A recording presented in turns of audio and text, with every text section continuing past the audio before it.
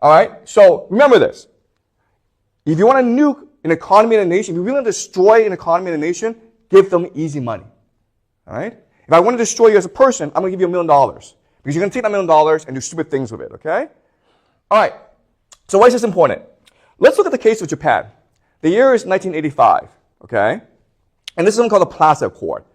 The Plaza Accord was between the central bankers and the finance ministries of different nations, but primarily between the United States and Japan.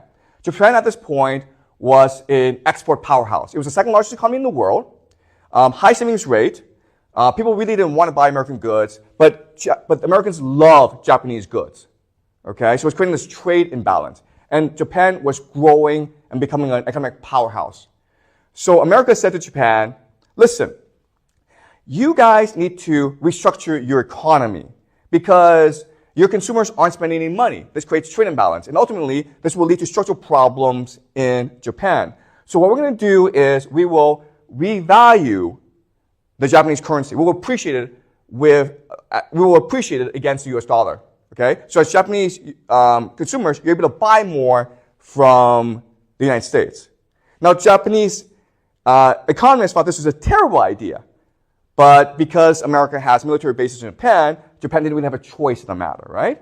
And so this created the Japanese explosion of wealth, okay? So they were able to buy Rockefeller Plaza in New York City, and this created a Fair of Japan in the United States.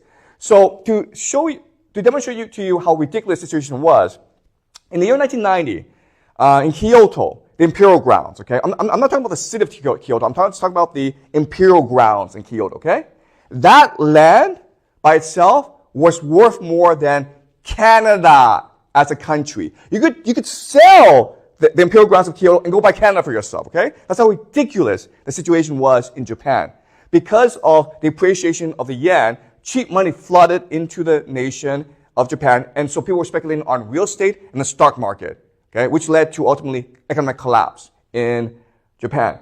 So as you can see, from the 60s up until about the 90s, Japanese growth was pretty strong. But after the Plaza Accord, you saw a steep drop. Okay, the Plaza Accord, by appreciating the yen, by giving Japanese easy money, it destroyed the Japanese economy.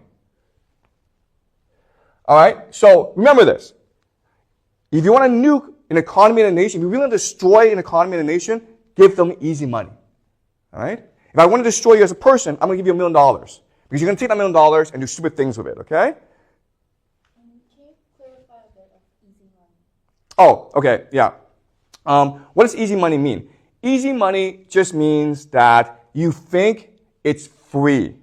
You have to work for it. You don't have to earn it, okay? And the idea of easy money is central banks have the power to print money.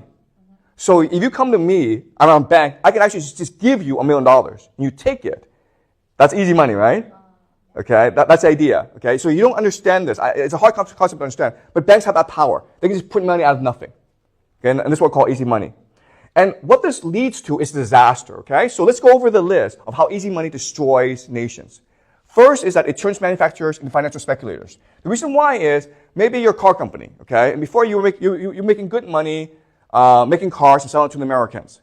But if the economy is blowing up, the stock market is increasing, the real estate market is increasing, you're actually better off taking all your savings, your investments, and putting it into the stock market, right? Because you have better returns. And as a corporation, you have to guarantee better returns for your investors, okay? It makes people lazy, selfish, and greedy. That's easy to understand, right? If someone just gave you $1 million, you would not want to work or study ever again in your life.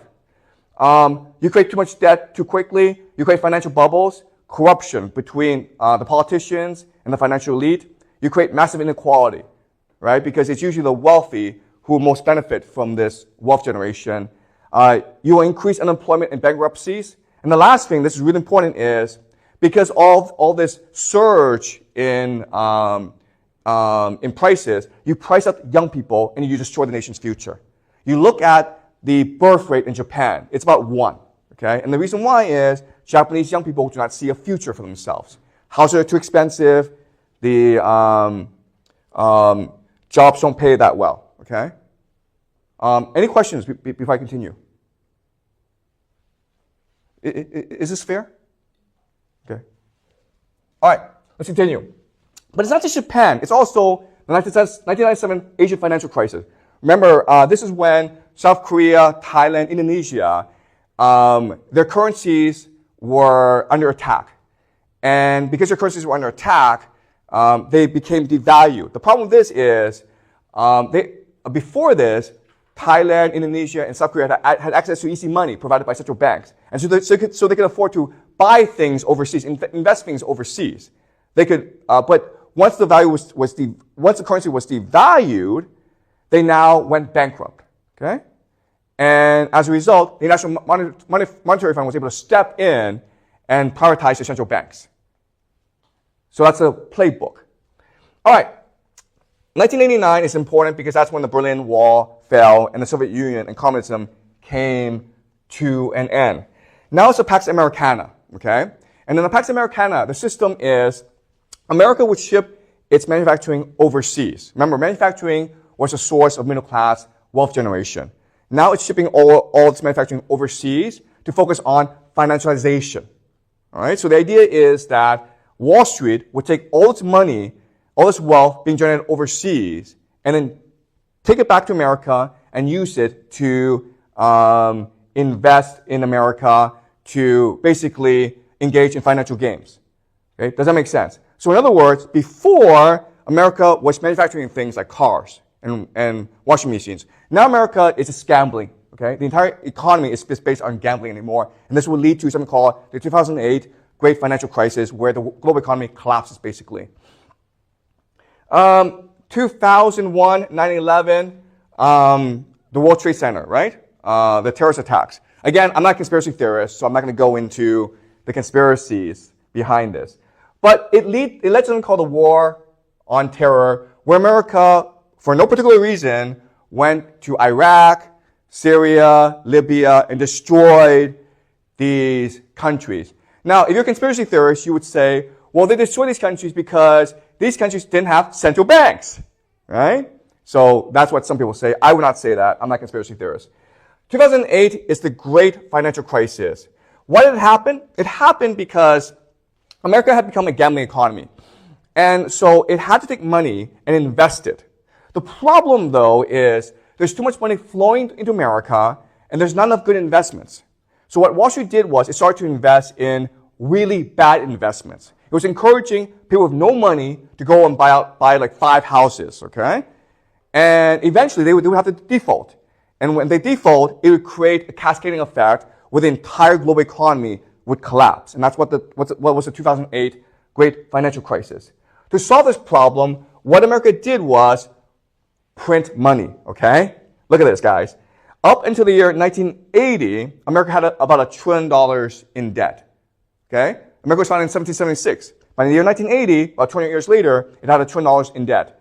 Today, it has now $37 trillion in debt, okay? This is all money printing. Starting about 2008, boom, you see the steep curve going all the way up. All right?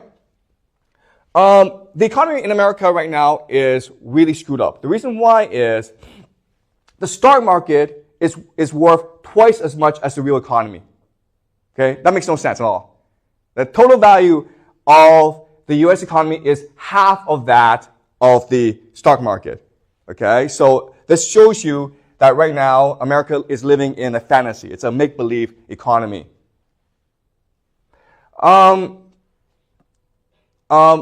The other problem is this massive wealth inequality, okay? So as you can see, the wealthy people are pretty wealthy, but by 1980, the time of Reagan, it shoots all the way up, okay? So you have this massive wealth inequality being created in the United States. This also shows you how wealthy the top 0.001% are relative to everyone else, okay? So the main beneficiaries of all these reforms of this financialization has been the ultra-wealthy in America.